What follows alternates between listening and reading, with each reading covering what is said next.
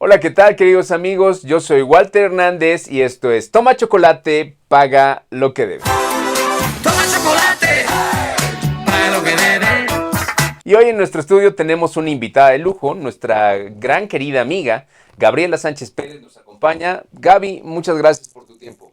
Yo estoy feliz de estar contigo y de platicar con ustedes, por supuesto. Y el día de hoy es particularmente especial porque Gaby viene a presentarnos su libro El dinero no se manda solo, ¿no? Y ahora tengo muchas dudas porque mi dinero parece que se manda solito, mano. Hace lo que se le pega la gana, gasta donde no tiene que gastar, invierte donde no debe invertir.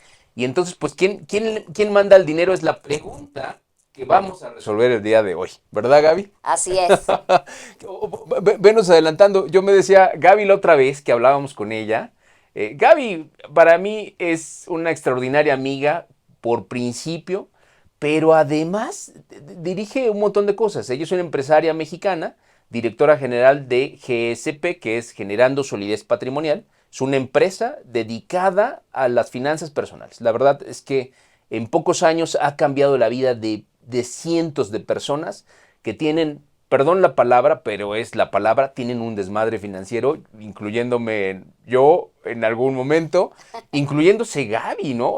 Es sorprendente y son algunas de las cosas que vamos a compartir en esta entrevista. Bueno, ella es directora de esta empresa, pero en realidad tiene muchas más características. Por ejemplo, también dirige una revista a nivel internacional que se llama Imperio Ejecutivo. Vamos a dejar al final de esta entrevista los links para que usted, si quiere suscribirse a la revista, pueda hacerlo. Si quiere adquirir el libro del que vamos a hablar, también lo puede hacer. Pero bueno, adicional a eso, ella es asesora financiera, figura 3 por la AMIP. La AMIP, para los compañeros que nos están viendo, los acreedores y deudores que nos ven, pues es la Asociación Mexicana de Intermediarios Bursátiles. Y no es la figura 3 que tiene Gaby, pues no es una cosa menor, ¿no? La hace una persona perfectamente capacitada y avalada para poder asesorarnos en materia bursátil, ¿no? Lo cual, pues, a veces, híjoles, yo veo, Gaby, en el internet tanto estafador, perdona la palabra, ¿no? Sí. Que no tiene credenciales, que no tiene estos avales que son necesarios para una asesoría bursátil, ¿no? Y ya ni les digo en otro tipo de menesteres en donde luego la gente invierte no sé si por mucho valor o por mucha ignorancia, ya no lo sé. Pero bueno, hoy Gaby está con nosotros porque nos viene a presentar este libro. A mí, cuando vienen los autores, a mí me gusta mucho porque escribir un libro me parece, Gaby, un ejercicio intelectual extraordinario. Pero este me parece más porque de alguna manera hay una autobiografía en él, ¿no, Gaby? Cuéntanos un Sí. poquito de tu libro. Bueno, este libro surge con la finalidad de compartir desde mi vivencia y desde mi historia cómo una persona puede salir de la pobreza y cómo a pesar de lograr riqueza o certeza financiera, vuelve a caer en bancarrota, ¿no? Y dices, bueno, si soy financiera, si tengo conocimientos en finanzas, ¿por qué caí en bancarrota después de lograr el éxito y de tener ingresos importantes? Y la respuesta es porque la educación financiera no es algo que solo se concrete al tema de números. La inteligencia financiera, que es la que yo promuevo, abarca la psicología económica, abarca las finanzas, que son aprender a hacer estados de resultados personales y también entender de las inversiones. Entonces, en el mundo no hay, y de verdad que me diga si alguien que sí lo encuentre, yo no lo he encontrado, en el mundo en este momento no hay un entrenamiento que contemple estas tres áreas de las finanzas personales para poder llegar a mejores resultados. Eso es el libro. Pues suena por principio extraordinario. Cuando tú hablas, vienes de la pobreza, ¿estás hablando metafóricamente? No, no, no, no, de ninguna manera. Yo nazco en una familia, yo tengo tres hermanos, somos cuatro.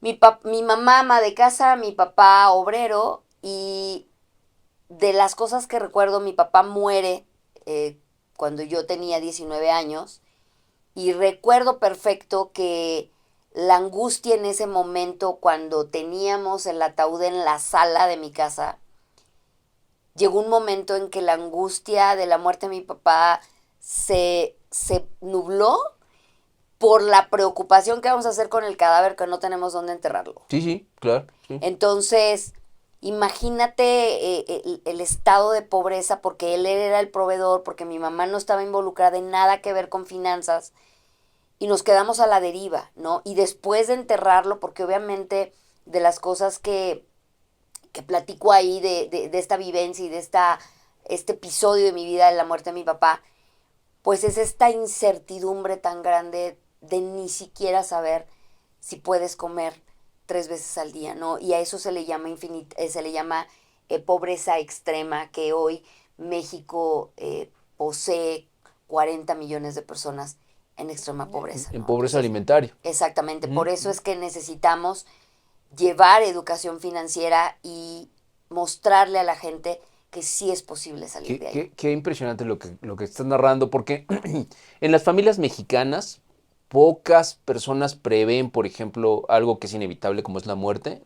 Poca gente está preparada, pero además es un momento en donde anímicamente estás pensando en otra cosa, no estás pensando o no debieras pensar en Sí, cómo resolver financieramente ese problema.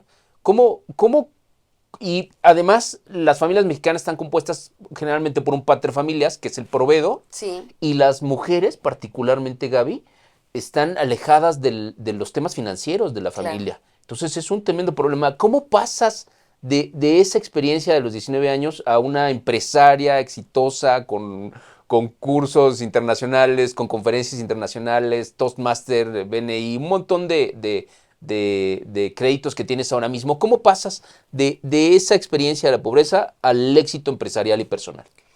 Definitivamente tiene que ver por tener a mi alrededor mentores.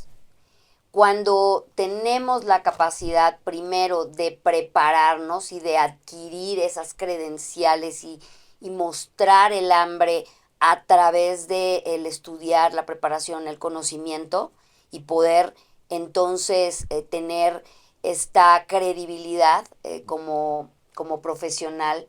Ahora la labor es encontrar un mentor o encontrar mentores. Los mentores son esa guía que nos permite equivocarnos menos, recorrer un camino que una persona ya pasó, pero también tener otra visión. Porque yo o cualquiera de ustedes tenemos enfrente pues una visibilidad, un panorama, pero a las espaldas mías pues yo no puedo ver qué hay atrás. Con un mentor yo puedo tener una visión de mayor alcance que me permite equivocarme menos. Sin un mentor, y eso también lo digo en el libro, sin un mentor difícilmente vas a poder tener una visión distinta o simplemente verte en tus posibilidades exactas. Muchas veces este síndrome del impostor, que es ¿cómo puedo tener este éxito? Tal vez no soy tan competente y dudamos.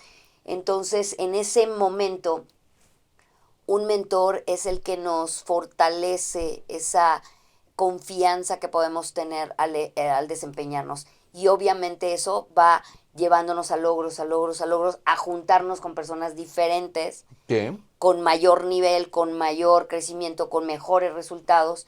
Y esa es la puerta. Sí, dice, tú eres coach, Gaby. Sí, Sí, tú eres coach y eso ayuda mucho a que puedas ayudar a otros sí. a resolver estos temas, ¿no? O sea, sabes cómo dirigir, sabes cómo coachear a una persona, cómo dirigirla, cómo inspirarla incluso. Sí. No, eres inspiración para muchas personas. Gracias. Pues yo lo que les diría es congruencia, constancia, perseverancia y muchísima disciplina.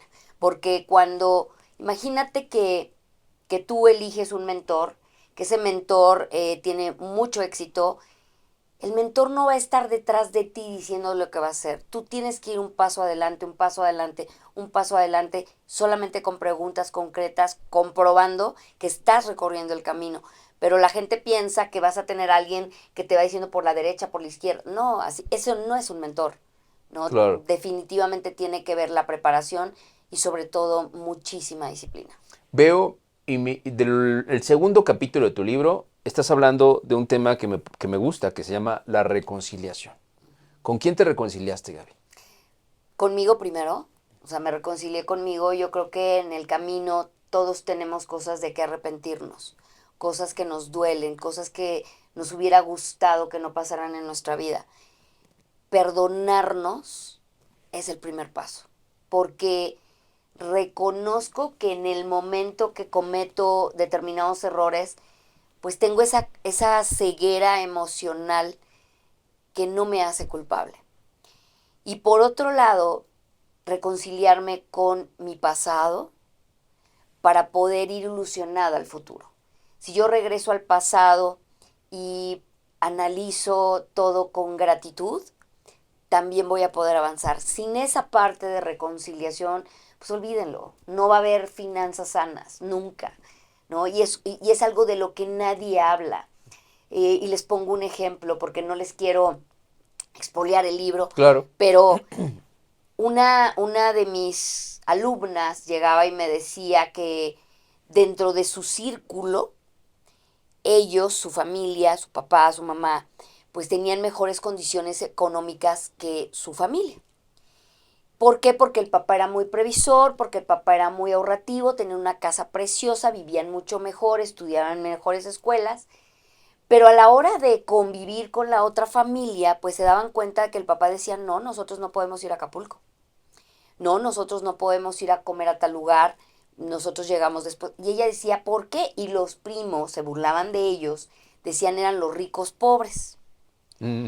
Ella en rebelión, o cómo le podemos llamar, venganza o desquite, como le quieran llamar, cuando ella ya adquiere ingresos, decide hacer todo lo contrario. Ok. Y llega a inteligencia financiera, llega a mi curso diciendo, reconozco que el despilfarro que yo he hecho y lo que he decidido con mi dinero es producto de este desquite con mi papá, de haber sentido que nos apretaba en las finanzas. Hoy me doy cuenta que gracias a eso mi papá construyó patrimonio y yo estoy en bancarrota. Entonces, reconciliarnos con nuestro pasado es darnos cuenta de aquellas cosas que nos han marcado, pero que hoy son determinantes en la toma de decisiones con el dinero. Sí, hay un aspecto psicológico, hay un aspecto psicológico en todo, por supuesto, y no es el dinero una excepción.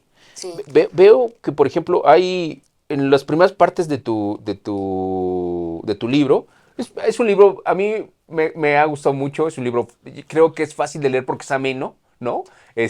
Lo haces divertido, ¿no? Pero veo, por ejemplo, que hay como una reconceptualización en los primeros capítulos, ¿no? sí. Como que hay como una reconfiguración en el pensamiento financiero. Sí. Sin spoiler el libro, ¿nos puedes comentar lo importante que es como cambiar ciertos criterios o ciertos conceptos relacionados con el dinero? Claro, por supuesto. Bueno, para empezar, solo el 5% de la población a nivel global sabe manejar el dinero. Entonces, la probabilidad de que tú o yo o cualquier persona sepa manejar el dinero es muy baja, porque todos hemos aprendido mal, ¿ok? Sí, Por lo tanto, vivimos con afirmaciones que son completamente equivocadas, como que Dios proveerá. Y yo creo que Dios ya nos dio muchísimo, Walter. Y que nosotros tenemos que hacer honor a esos dones y a todo eso que Dios nos ha dado a través de la responsabilidad. claro. Entonces, cuando hablamos de Dios provee, tenemos que, en esta parte de no tengo, pero va a llegar, me parece que es una irresponsabilidad Claro. y echarle la responsabilidad a Dios de que él va a resolver el que yo me haya ido a Acapulco en vez de pagar la colegiatura, ¿no? Claro. Entonces, afirmaciones como esa de yo me lo merezco, para eso trabajo, el dinero es para gastar. ¿Cuántas afirmaciones hay que destruyen las finanzas? Y qué feo es irte a dormir con la angustia de que no tienes para pagar lo más importante en tu vida. Claro. Y vivir con una culpa de los regalos que compraste en diciembre, en donde en abril tienes que pagar la inscripción de la escuela, o donde tienes que pagar la renta, o donde no has pagado la tarjeta de crédito y se va haciendo una bola de nieve. Y eso no es vida. Claro. Eso Sí, no claro. es vida. Sí, sí, sí, sí, Definitivamente sí. no es vivir. No, completamente. Vivir endeudado no es vida, ¿eh? Es realmente complicadísimo y lo vemos. Oye, nos platicabas hace un ratito que estabas diciendo, a mí me asombra el tema de Gaby, porque Gaby nos dijo en su definición o en su presentación que ella vino de la pobreza, y si ustedes conocieran a Gaby, para mí desde que la conozco me parece una mujer empoderada, una empresaria exitosa, pero luego nos dijiste también en la introducción que volviste a caer en bancarrota, o sea, que Sí. habías entendido ya ciertos conceptos, que habías salido de la pobreza como la defines, y que volviste a caer en bancarrota. ¿Qué pasó, Gaby? Sí, que esa es la parte en la que yo me he centrado con inteligencia financiera GSP, generando solidez patrimonial. Resulta que salir de la pobreza a través del trabajo y a través de crecimiento y a través de credenciales y a través de ser un profesional disciplinado, pues obviamente eso nos va a dar ingresos y eso nos va a permitir vivir bien, ¿ok? Y entonces entra el dinero y elevas tu estilo de vida. Claro, Pero resulta que vives igual de apretado que cuando no tenías, porque gastas al mismo ritmo que lo ganas y siempre estás apretado. Y si a eso le agregas que también te gusta pagar con tarjeta de crédito, bueno, llega un punto en donde la llave del ingreso se cierra o la llave del ingreso se hace más estrecha y ya no entra tanto dinero. Pero tú estás acostumbrado a un nivel de vida alto. Y como nadie me enseñó de finanzas, o sea, yo gané dinero, aumenté mi estilo de vida, me iba muy bien, era increíble lo que me sucedía, y de repente, ¡pum!, se estrecha la entrada, pero yo mantengo el mismo estilo pensando que va a regresar y resulta que se vuelve una bola de nieve en donde entro en bancarrota. Y la pregunta es, ¿cómo es posible que un financiero, que una persona especializada en manejar dinero, se declara en bancarrota? claro. Y la respuesta es porque no hay educación financiera, porque las finanzas per se y el saber de inversiones no hace a una persona inteligente para manejar su dinero. Requerimos de ciertas competencias que tienen que ver con la parte psicológica y el análisis profundo de nuestro actuar, de elaborar de manera ordenada, cronológica, metodológica, nuestras finanzas en estados financieros, y luego todo este tema de inversiones que es como la parte, o sea, una persona no puede llegar a invertir o pensar siquiera en tomar decisiones en inversiones cuando tiene vulnerabilidad financiera. Pero ¿cómo puedo saber que soy vulnerable? Pues entendiendo la psicología y las finanzas. Yo creo que eso te da autoridad, ¿sabes? O sea, porque me refiero, quebraste, ¿no? O sea, Sí, tomaste malas decisiones, lo reconoces, que de hecho es como que lo primero, siempre que quieres resolver cualquier tema, pues hay que reconocer, porque si no, no lo puedes claro, mejorar. por Lo supuesto. reconoces y lo mejoraste. ¿Cuánto tiempo tardaste en mejorarlo? No narras en tu libro, ¿no? Sí, de empezar de cero y con deudas, casi 4 años. Ok, O sea, pero 4 años que me llevan no nada más a resolver mi situación financiera, que no tenía que no dependía de la cantidad de dinero que entraba, sino de las decisiones que estaba tomando con el dinero. Y esto me lleva a casi 4 años de lograr libertad financiera, que es decir, que a pesar de no hacer nada, a pesar de no trabajar, pensando que perdiera mi trabajo, yo puedo generar lo necesario para vivir aún estando dormida. qué cosa tan maravillosa, Gaby. ¿Cuál es tu capítulo favorito?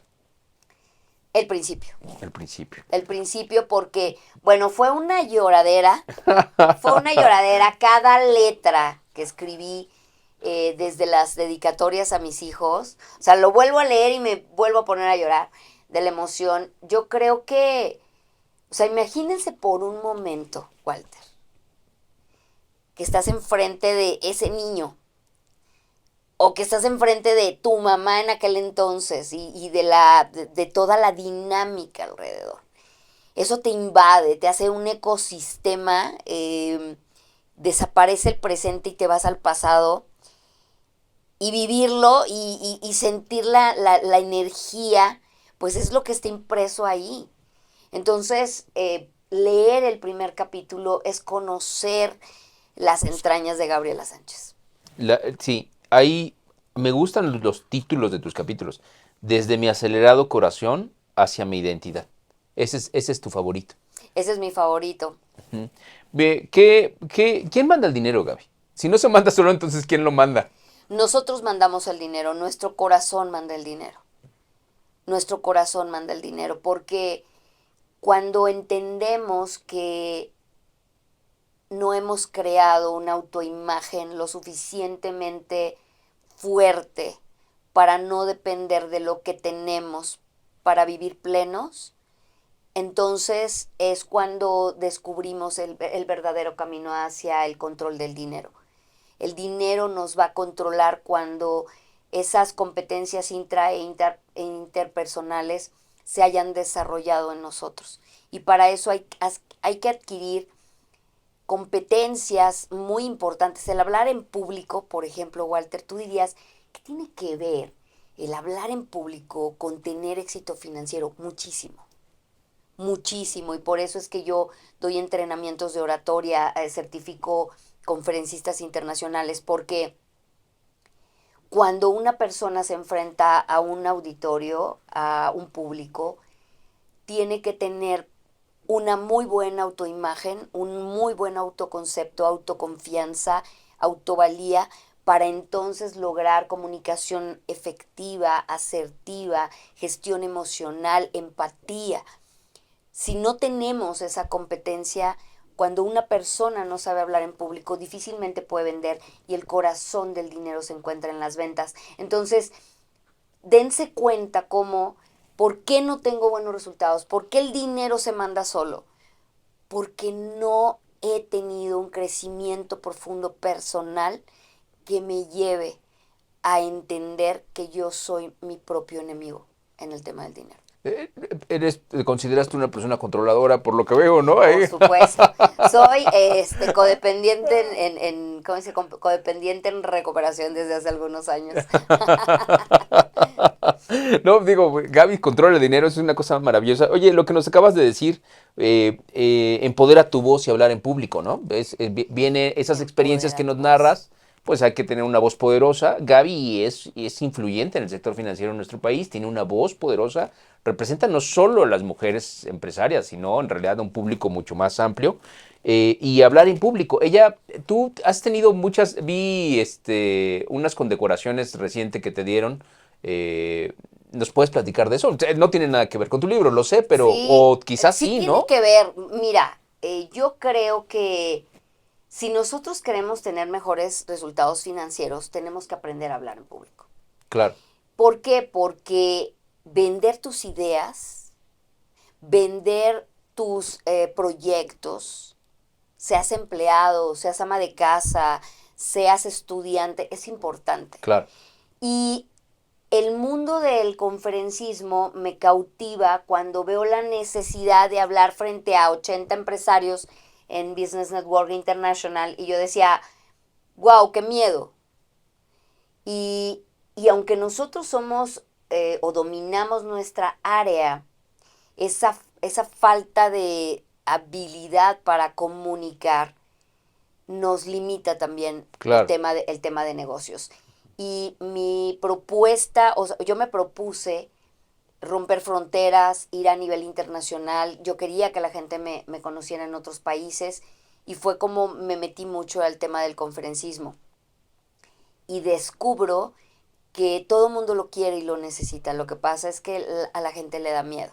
Entonces, hablar de esto, pues ahora me enorgullece porque yo entré para no ponerme nerviosa, para perder el miedo y resulta que he ido avanzando a tal grado que, bueno, he recibido algunos premios y condecoraciones por la Cámara Internacional de Conferencistas, principalmente que ha sido una escuela maravillosa, por supuesto Toastmaster Internacional y también la escuela de John Maxwell también ha sido muy importante en el desarrollo de esa carrera como conferencista. Por eso Gaby no solo habla bonito, sino que habla bien.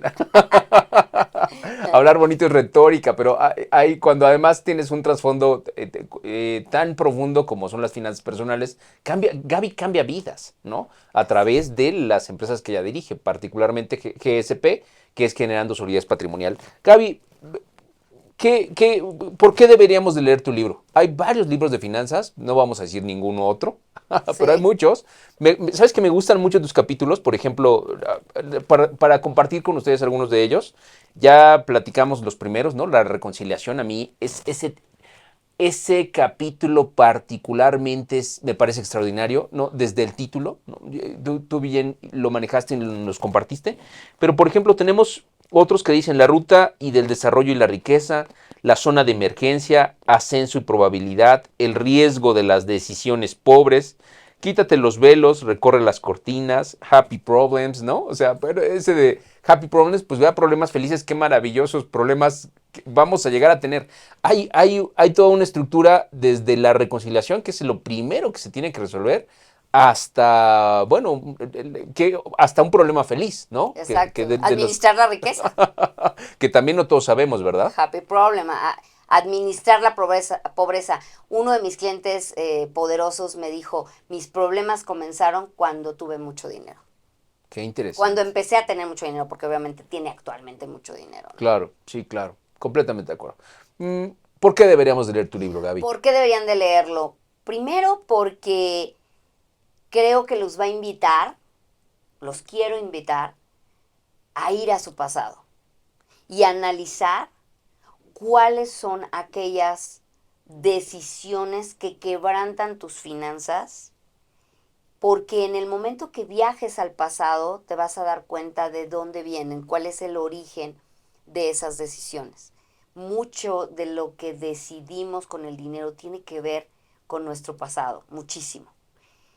Una vez que tenemos y hacemos consciente de dónde viene esa motivación por quebrantar nuestras finanzas, que lo hacemos inconsciente, viene el tema de cómo lo hago ahora, qué puedo hacer mejor para que mejore mi situación, para que podamos tener paz y certeza financiera. Y entonces hablo de pasos, de estrategias, de tips, que si tú lo sigues, si tú lees ese libro y sigues paso a paso ese camino a la certeza financiera, yo te podría decir que vas a tener resultados muy pronto, muy pronto. Y el mejor síntoma es cuando te vas a dormir con utilidad. Claro. Porque ganamos, gastamos, pero la verdadera riqueza es cuando te quedas con algo. Yo descubrí mi riqueza cuando entendí que merezco quedarme con algo de lo que gano. Y es ese algo de lo que gano lo que construye patrimonio. Y ahora hay que aprender a administrarlo y hay que aprender a invertirlo. Y eso lo digo en el libro. Así es de que ustedes dirán si quieren seguir regando el tepache o de plano meterse a leer el libro El dinero no se manda solo. Muy bien, Gaby. Pues estamos muy agradecidos contigo por tu tiempo. Sabemos que eres una empresaria muy ocupada y Gracias. que nos hayas obsequiado unos minutos, pues es un momento de mucha gratitud de nosotros para contigo. Y pues queridos acreedores, queridos deudores, los invitamos a conseguir el libro de Gaby. ¿Dónde conseguimos tu libro, Gaby? El libro lo pueden comprar en Amazon, está digital, o también entrar a www.inteligenciafinancieragSP.com y ahí lo puedes comprar, no importa en dónde vivas, en cualquier país, y te va a llegar autografiado de puño y letra con una dedicatoria especial para ti a tu casa. Muchas gracias, Gaby. Gracias a ustedes. Pues queridos amigos, Gabriela Sánchez Pérez en nuestro estudio nos presentó su libro El dinero no se manda solo. Yo soy Walter Hernández y esto fue Toma Chocolate, paga lo que debes. Toma chocolate, paga lo que debes.